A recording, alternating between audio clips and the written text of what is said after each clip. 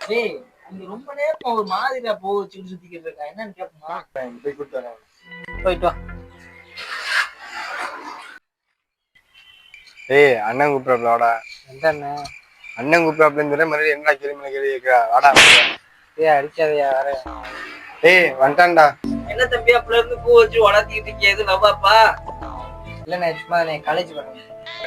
சும்மா சொல்லு தம்பி நம்ம பண்ணாத லவ்வா? ஆமாண்ணே. பொண்ணு பேர் என்ன? திவ்யாண்ணே. திவ்யா இந்த ஊர் தானா? ஆமாண்ணே. அப்பா பேர் என்ன? புருஷாண்ணே. ஆமாண்ணே தெரிஞ்ச பொண்ணாண்ணே. தங்கச்சி தான் சொல்லு.